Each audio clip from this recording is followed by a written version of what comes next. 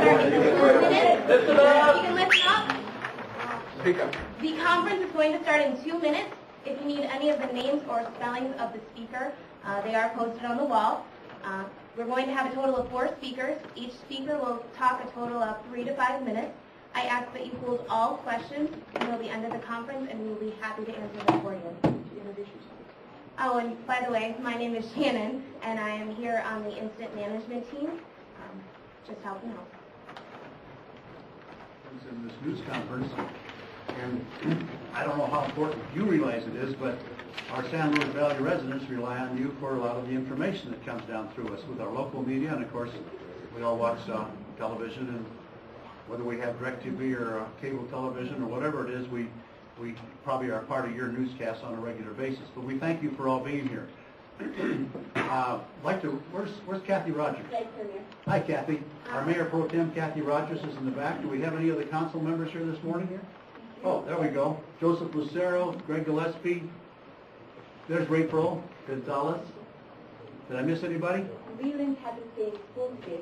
That's right. Leland's working in school today, and that's one of the bright news today. School started today. All of our kids were so happy they could hardly stand to get up this morning, quick like, so they could get out back to school. And so that's important. But you know, this whole thing is, whenever you have this kind of a problem, it's got its downers and it's got its uppers, doesn't it?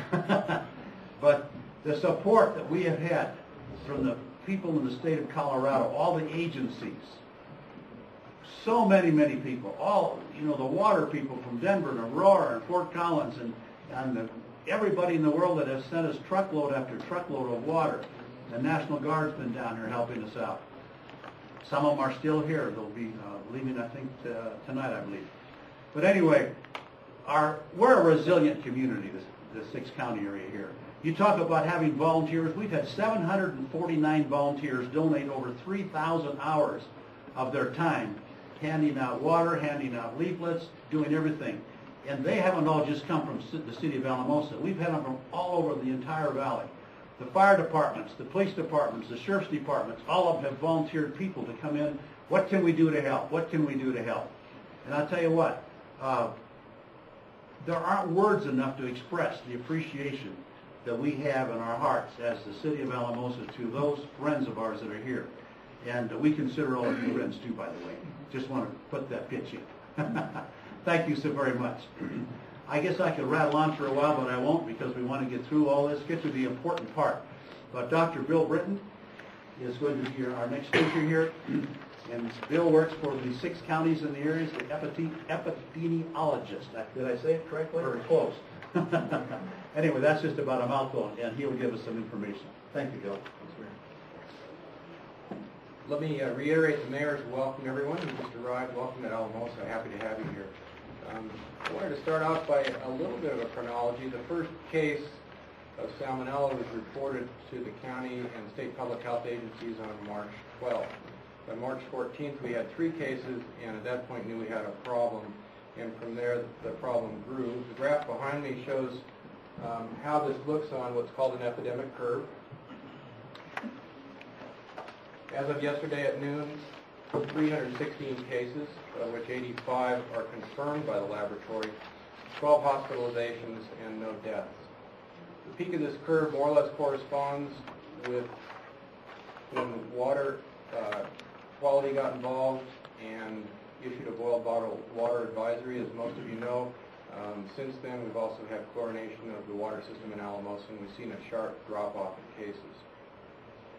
So what do we do going forward from here? Salmonella has more than one route to get into us, and there's a possibility that we're not quite finished by our water treatment. Salmonella can be passed on hands, it can be passed in food, and public health will continue to monitor, seek out cases and count them, and get out the message that going forward, we really need for people to understand, if you're ill, stay home.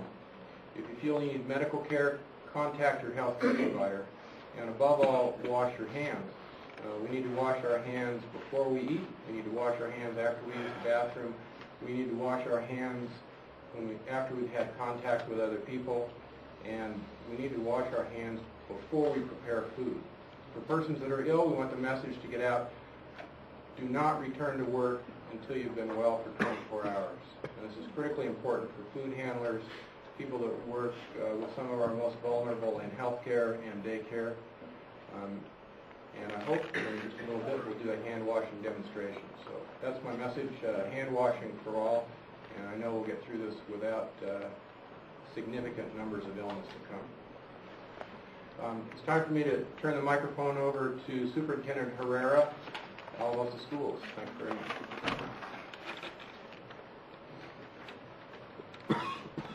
Good morning, everybody.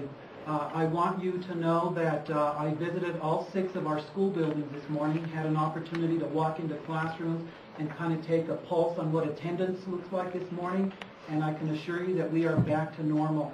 We have lots of smiling teachers, lots of smiling kids, and the one question that I'm asked constantly is, are we going to have to make these 4 days up? I assured them that we were going to try to work through this situation first, and that I would be working with our Board of Education to talk about what that's going to look like to wrap up our school year. What I do want to share with you is a message that if you happen to run into our maintenance director or our custodial and maintenance staff, take a minute to give them a pat on the back, because they really did go the extra mile this Saturday. They came in and they made sure that they flushed all of the lines in the building. They took those universal precautions to make sure that our staff and our kids would be safe this morning.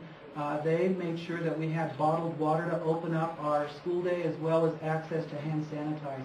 And so I do really appreciate them doing that for us. I will tell you at this point, like I said, that we will continue to hold school as scheduled. I will try to make sure that I'm visible within the buildings, and I too would like to echo what our doctor shared with us. I'd encourage parents that if they are exhibiting these symptoms at home, please do not send your children to school if they do exhibit these symptoms, because we want to make sure that our students and our staff are fine. With that, I'd like to go ahead and introduce, again, our water quality specialist out of Denver, Mr. Fred Sanchez. Thank you. Good morning, everybody. I would like to express thanks to all of the teams throughout Colorado of the water utilities, City of Alamosa especially. They were wonderful. This town welcomed us with open arms. And let me tell you, with the specialists from Denver Water, CDPHE, Colorado Rural Water Association, Aurora Water, Pueblo, Boulder, Nebraska, East Cherry Creek, and volunteers, in addition to that, in Pioneer, Castle Rock, and Golden. With this group of water distribution operation, the team was awesome. Let me tell you, we were able to get the entire system, fit more than 49 miles of distribution pipe, 3 clear water reservoirs, which supplies the water for the distribution system, disinfected, flushed out, and we are looking forward to getting the community back to normal. I would like to also express to everyone that the innovation of all the teams and their efforts, it has just been remarkable. We were able to come together with the Alamosa personnel, Don Cosklin and Farron Hall, and develop a game plan that worked absolutely perfect.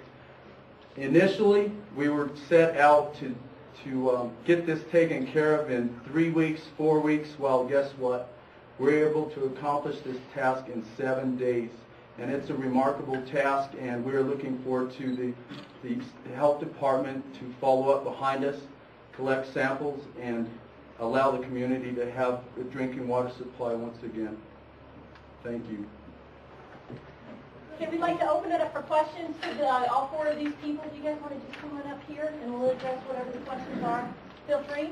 Jackie, can I just say thank you to your organization, because I got so nervous I forgot to. That's okay. But the Public Information Office we had here did extremely beautiful job. Headed up, and then of course we've had all these other folks who are walking around here. Everybody, I tell you what, it's been absolutely amazing.